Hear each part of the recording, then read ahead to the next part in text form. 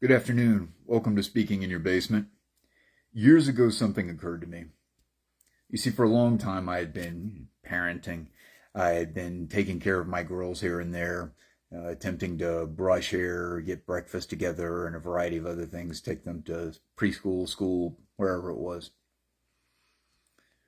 And I noticed for a long time I had not really concerned myself with my own appearance, and I'd pretty much roll out of bed and then I could go to the store or whatever. At some point I'd take a shower and, look somewhat presentable after that. But I was always trying to make them look presentable before they left the house. And the story I told myself about me was, well, you don't want to go and try to impress people. You don't want to be all worried about what other people think. You just do you. But for my daughters, it was almost instinctive to just, take care of little things, help take care of hygiene, a variety of little things I wanted to put in place.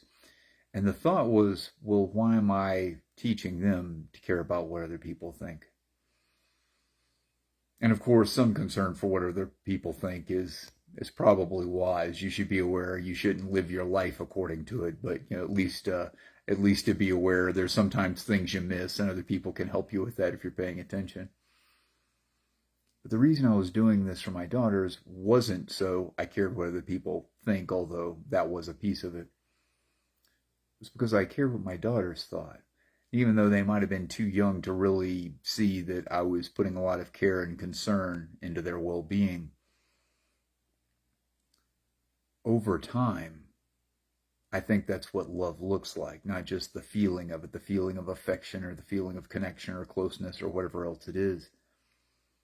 It's the little things, not always little things, but the consistent things you do, many of them little, that you do day in, day out, trying to keep things together, trying to give someone the best experience they can reasonably have. And the thing that occurred to me later was, why was I not doing that for myself? In some ways I was, but in many ways I was not. And so beginning to look at myself and take care of myself as a person that was worth being taken care of.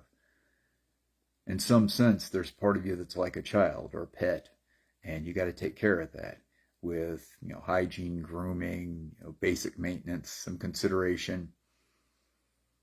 And that's an important part of your day.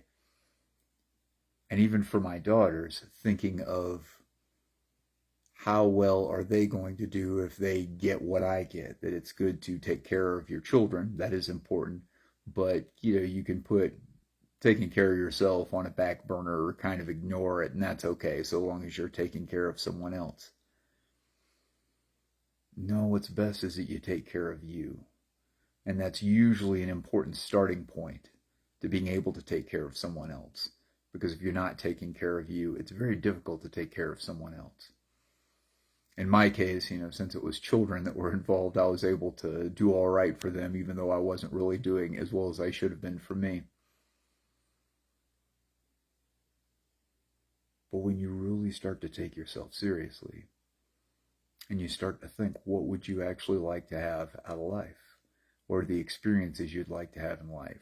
What experiences you'd like to have on a daily basis or weekly or monthly?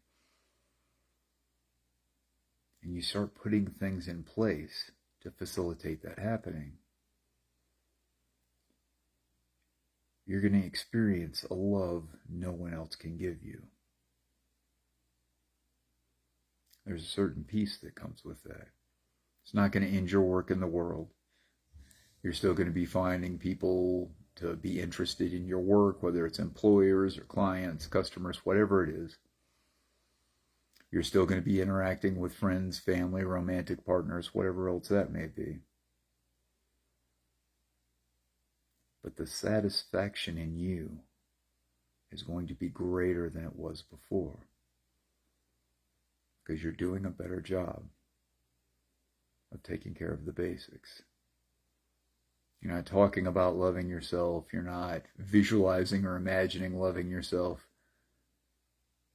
You're just taking care of yourself.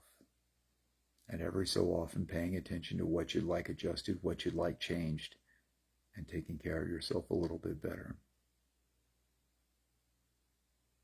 That's one of the most satisfying things you can experience. And then when it comes to speaking, who do you think has more gravity?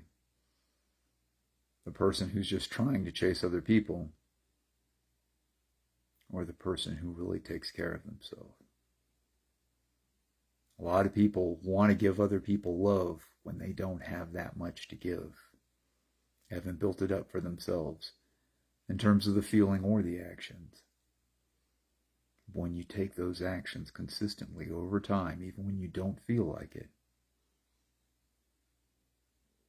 something special begins to build. And I want you to have that because it's amazing on its own. When you start to speak with that, people will take more notice. I'm Ben Langley. Thanks very much for spending some time on it today. We will talk again soon.